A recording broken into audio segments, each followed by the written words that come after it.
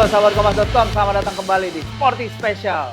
Kita kali ini berada di Sporty on Location bersama tidak lain dan tidak bukan Bang JK Saragih, petarung UFC Indonesia yang pertama. Luar biasa sekali Bang JK, apa kabar? Sehat, puji Tuhan. Baru balik ini ya? Baru balik lah. Bukan baru balik, baru pulang. Oh, baru Kalau pulang. balik kotor. Kotor. Gimana Bang JK? Petarung UFC pertama asal Indonesia dan pemenang UFC pertama asal Indonesia. Perasaannya gimana? Ya, Mendengar itu? Pasti senang ya, bangga dan ya bersyukur lah. Karena Ya. kita bisa membuat sejarah baru di Indonesia. Gitu. Iya. Oke, JK, tolong ceritain dikit dong. Kamu kan menjalani debut nih kemarin. Perasaan kamu ketika dari ruang ganti, terus ring walk, terus menuju ring itu apa yang kamu rasakan? Ya, kemarin ya saya itu paling sulit itu nurunin berat badan sih. Oh, Kalau tanding nggak ada kupikirin, yang Tanding kupikirin nggak itu cuma nurunin berat badan. Karena kan ya? saya main di biasanya itu di 70, di lightweight 155. Ini main Catch weight ya? ke 65. Turun ya? Turun. Saya kan dari pertama berangkat ke Amerika itu kan over 21 kilo. Nurunin ke 70 itu kan masih oke gitu. Iya. Oke. Ke 70 ke 65 ini udah mau mati. Udah kayak dekat sama Tuhan lah. Baru habis itu udah nggak ada mikirin latihan udah. Itu berapa hari sebelum timbang badan tuh? Mulai. Kalau saya nurunin berat badan itu 21 kilo sekitar mulai mulai nyampe di Amerika udah nurunin pelan-pelan. Pas mau fight timbang badan week ini itu sekitar 6 kilo lah satu malam. 6 kilo dalam satu malam. Iya. Itu yang pakai anduk gitu apa segala? Iya, itu bukan anduk. Apa itu? Masuk sauna 20 menit langsung keluar pakai aluminium foil. Aluminium foil dulu baru bungkus anduk. Udah kayak daging ayam. Iya. Jadi yang paling bikin ada perasaan sulit itu sebenarnya bukan gugup menghadapi debut tapi mengurangi itu ya. Sebenarnya dalam pertandingan itu paling sulit itu melawan diri kita sendiri. Oke. Karena kan berat badan itu yang terutama lawan kita. Oke. Kalau lawan udah lawan tanding itu biasa itu. Biasa aja. Tanpa lawan kan kita nggak bisa tanding. Makanya suka sama lawan. Iya. Jadi begitu jalan menghadapi lihat Lukas itu gimana? Biasa aja. Biasa aja. Gak ada. Udah, itu makananku. Gitu. Makanannya iya mantep banget. Gue juga sambil pingin lihat nih pertarungannya 91 detik ya Bang ya? Iya katanya. Soalnya aku nggak lihat waktu. Oh nggak lihat waktu ya? Pas tanding itu nggak lihat waktu. Ini sambil muter ini ya Bang ya. Ini boleh nggak dijelasin nih dalam perjalanan ini gimana nih? Apa yang dirasakan ketika dalam momen ini nih melihat udah tinggal dikit lagi nih Bu? Biasa aja. Saya aja. di sini berpikir cuma gimana saya bermain dengan prinsip saya. Tapi saya sempat kaget juga kan dengan jangkauan dia yang sangat panjang kan. Oke. Jadi secara reach kan. Tapi saya selalu cari momen tuh karena kalau saya adu pukulan sama dia pasti saya kalah. Oke. Karena jangkauan itu. Jangkauannya jauh ya. Jauh. Dan ini kan yang kayak JK bilang waktu itu ya, yang pas kita zoom, Iya. JK bilang nggak mau bakbuk, nggak mau Iya, kayak yang lawan penting- Ki. iya. Jadi harus lebih terukur. Ah, Nah ini oke. pas opening juga kelihatan ya, Iya, tapi saya coba Probing menyerang juga terus. sini ya. nyari-nyari terus. Nyari. Saya nggak mau buru-buru kayak kemarin-kemarin kan. Ini kan saya low kick juga di sini. Hmm. Terasa itu saya lihat mukanya terasa kan. Oh dia mukanya bereaksi. Iya, terhadap bereaksi pukulan karena kalau harus pintar kita melihat reaksi lawan itu. Kita Oke. harus bisa cari celah. Nah di sini corner ngomong apa? Corner bilang tetap kakinya harus gerak terus, harus disiplin gitu. Oke. Makanya itu kan dia mau take down. Oh iya, Karena dia langsung mau main bawah ya? Iya, mau main Dia bawah. langsung mau bawa ke bawah Dan ya? saya stopkan take down-nya main lagi atas. Tapi dia juga hati-hati sama JK ya? Dia juga nggak terlalu agresif ya? Iya. Dia sih agresif sih, cuman karena saya gerak dia bingung juga. Oke. Itu yang penting di sini. Movement ya? Iya, movement. Baru kita harus gerak, jangan diam. Lawan gampang baca permainan kita. Kalau sama Ki, kayaknya kalau nggak salah JK udah nyerang ya? Iya. Saat awal-awal ini ya? Iya. Ini santai, cari celah. Kalau coach bilang kira-kira pertarungan bakal jalan berapa lama nih, Jack? Coach ya nggak ada bilang. Nggak ada bilang ya? Bilang. Emang persiapan emang Iya, gini ya? iya. Saya cari celah, itu saya kena itu. Saya mundur, tarik. Nah, saya di sini ya. Oh, itu dia langsung. nendang, saya blok kan. Blok kayak kaki, saya tangkap jatuh. Tangkap aja jatuh. Ah, Boom! Sebenarnya nggak usah dipukul lagi, udah KO sih Bang. Udah tahu ya, Saya JK udah tahu ya. pukul kan, nggak kena yang kiri kan, hook kanan. Dia sebenarnya udah KO. Udah jatuh Tapi ya. udah daripada dia hidup lagi kan, pukul lagi. Pastiin aja Iya, dulu pastiin ya. lagi gitu. Tapi itu kata banyak teman-teman di Indonesia, fans saya juga, Bang Jeka harus respect sama lawan. Oke. Tapi MMA itu nggak boleh kayak gitu. Sebelum ada wasit mengstopkan pertandingan, kita nggak boleh. Harus terus Harus gas pukulin terus gitu. Biar Sampai yang pastiin. betul-betul tidur udah stopi pelatih. Biar pastiin dia jatuh ya. Walaupun udah tidur, udah KO, Hmm. udah kita pukulin aja. Iya, Kan ada wasit yang melihat. betul. Jadi kan abang udah 2 kali nih jatuhin orang pakai power pukulan. 3 ya? Iya, 3. Bahkan yang pertama juga Selama ya? Iya, di sama Road di to Road FC to 2 FC kali, 2 kali, di FC ini 1. sekali ya. Power pukulan itu dapat apa emang dari dulu atau dilatih lagi nih selama? Sebenarnya power pukulan itu bukan karena kerasnya ya, tapi ketika kita dapat momentum. Oh, momentumnya. Mau keras pun kalau kita pukul di sini kan nggak sakit benar. gitu. Jadi Harus momentumnya dapat ya. baru menemukan. titik-titik yang harus dipukul itu di mana gitu. Baru kita bisa numbangkan lawan.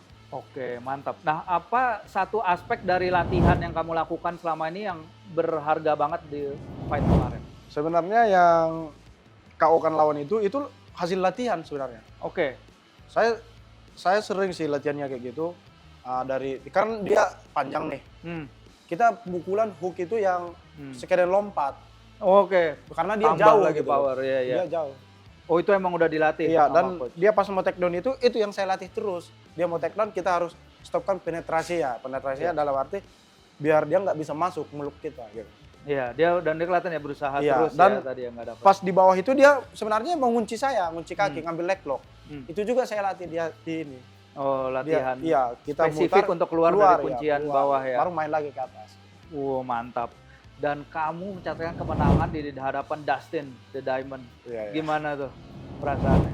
Sebenarnya saya nggak lihat Nggak lihat Dustin ya, cuman karena cerita-cerita kawan-kawan yang Indonesia ya pasti senang lah. Karena kan Iya. salah satu atlet yang difavoritkan di UFC kan. Iya. Jadi senang. Karena Senang. bisa membuktikan bahwa yang kayak saya sering bilang itu, petarung Indonesia ini harus Ada potensi. ada banyak potensi. Gitu. Banyak potensi ya. Cuman tinggal kesempatannya ya mungkin Iya, ya. tinggal kesempatan dan kita terlalu lama mengenal dunia MMA ini. Oh, gitu. Jadi mungkin yang kayak Pak Mirwan bilang kemarin ya, sedikit tertinggal dari yang lain dan harus dikejar ya. Iya, itu yang ya dengan programnya Mola sekarang kan, memang programnya Mola ini sangat luar biasa ya, yang kita bilang. Pertama dia berangkatkan atlet, dia buat seleksi di Bali, berangkatkan atlet sampai sekitar 12 orang. Iya. Banyak kalah semua, cuma satu yang menang, diberangkatkan lagi Diberangkatkan. dan dibangun tempat latihan di Amerika coba. Iya, MMA Fight MMA Academy ya. Academy. Keren banget Iya, ya. keren. Dan nanti ada 3 fighter juga yang akan tarung di Catch Warrior. Di Catch Warrior ya, yang di Inggris Yoga, ya. Cornelius. Yoga, Cornelius dan Iya, satu ini lagi. Reza Arianto. Lupa. Iya. Ada pesan untuk mereka? Ya untuk pesan ya tetap semangat dan jangan pedulikan orang yang nyinyir sama kita, yang selalu ya buktikan bahwa kita itu layak berkompetisi di sini gitu. Benar, mantap. Nah, Jack, kan kamu sekarang pemenangan pertama nih dari kontrak 5 pertarungan ya. Ya. Memang kemenangan itu berharga banget, tapi kan di UFC perjalanan masih Iya. panjang kan. JK, apa sih kiat-kiat kamu agar apa ya? Mungkin pujian-pujian atas kemenangan pertama ini tidak membuat kamu besar kepala gitu. Apa? Sebenarnya saya belajar dari pengalaman berikutnya ya, Ya. yang lalu-lalu. Tapi sebenarnya kan banyak sih pengalaman-pengalaman yang harus saya pelajari. Kalau masalah kemenangan ini ya saya udah cukup abaikan aja sih sebenarnya, Bang. Cukup kemenangan itu di atas ring itu aja. Ketika saya Oke. diangkat tangan bahwa saya menang, cukup di situ aja. Keluar dari situ udah, saya jadi manusia biasa aja. Jadi manusia biasa dan berpikir apa yang saya lakukan untuk kedepannya gitu aja. Udah. Ini sama kayak kamu nanganin apa kritik yang datang ke kamu, Iya, komentar waduh. miring netizen. Mungkin gitu. kalau orang yang lihat ya kan Iya, bacanya pun bisa saya kan sakit. bacanya Iya, udah males, udah iya. males. Jadi kamu lihat tapi ya udahlah biarin Udah, aja. kadang aku baca gini, Bang, saya balas. Ada yang balas. Ada yang balas. Bang, jangan lupa makan ya, jaga kesehatan, biar bisa komen-komen lagi. Gitu. Saya buat gitu. Perlu banyak. tenaga juga ya Iya. untuk komen-komen itu ya. Nah, rencana kamu setelah ini dan berapa lama kamu siap untuk balik lagi kalau kamu? Balik fight itu mungkin ya, itu tergantung tim kita ya. Kita punya tim semua. Ada tim dari manajemen, Graham Boylan sama pelatih semua diskusi tentang kapan saya untuk berangkat lagi ke sana dan kapan jadwal saya untuk main lagi di UFC. Gitu. Oke, ada target nggak misalnya dalam setahun ke depan gitu berapa fight? Saya target sih 2 sampai 2 ke 1 gitu aja sih. Nggak usah banyak-banyak. Soalnya saya mau sapu bersih ini. Wih, Mas Sabu bersih Iya, nih. sapu bersih, di sini. 4 pertandingan ya kan. Wih, Sapu bersih biar kontrak lagi. kontrak lagi ya, Iya. 5 lagi sebenarnya ya. Nah, kalau kamu seperti ini nih udah selesai fight, apa sih yang kamu lakukan untuk cool down, untuk menenangkan diri itu biasanya apa sih? Ya nggak ada. Paling-paling pulang kampung, main-main sama kawan-kawan, ya apalah, paling latihan-latihan ringan, dan melakukan aktivitas yang saya sering lakukan sama kawan-kawan sih. Sama kawan-kawan ya. Kamu udah 5 bulan di Amerika Serikat, kayak apa tuh pengalamannya? Ya pasti, aduh, dari latihannya yang sangat menyakit. Gimana lah latihan selama 5 bulan, baik training camp, entitasnya udah sangat luar biasa kan. Bisa sampai 3 kali latihan 1 hari. 3 kali latihan Gimana satu melewati hari. itu coba? Dan macam-macam ya, Iya. teknik-tekniknya Iya, beda-beda ya. rasa kangen, rasa makan, semua lah kita harus perjuangkan. Makanya udah pertandingan itu udah saya kayak buat pesta bang, buat konser gitu. Saya mempersiapkan itu 1 minggu kan. Ketika udah konser itu, udah inilah panggungnya, gitulah gitu. Udah kayak Itulah, inilah pesta saya. Di sini saya membuktikan bahwa hasil latihan saya itu ya kayak gini. Gitu. Wih, mantap. Nah, terakhir nih, kan kamu bilang mau nyapu bersih nih 5 pertarungan berikutnya nih. Ada pesan apa nih buat petarung-petarung lain di divisi kamu di UFC? Ya, saya memang bukan rencana sih, saya harus bisa sapu bersih 4 pertarungan lagi di kontrak yang pertama. Ya untuk lawan-lawan saya di UFC ya kita datang bukan mau jadi pecundang, kita datang untuk menjadi pemenang.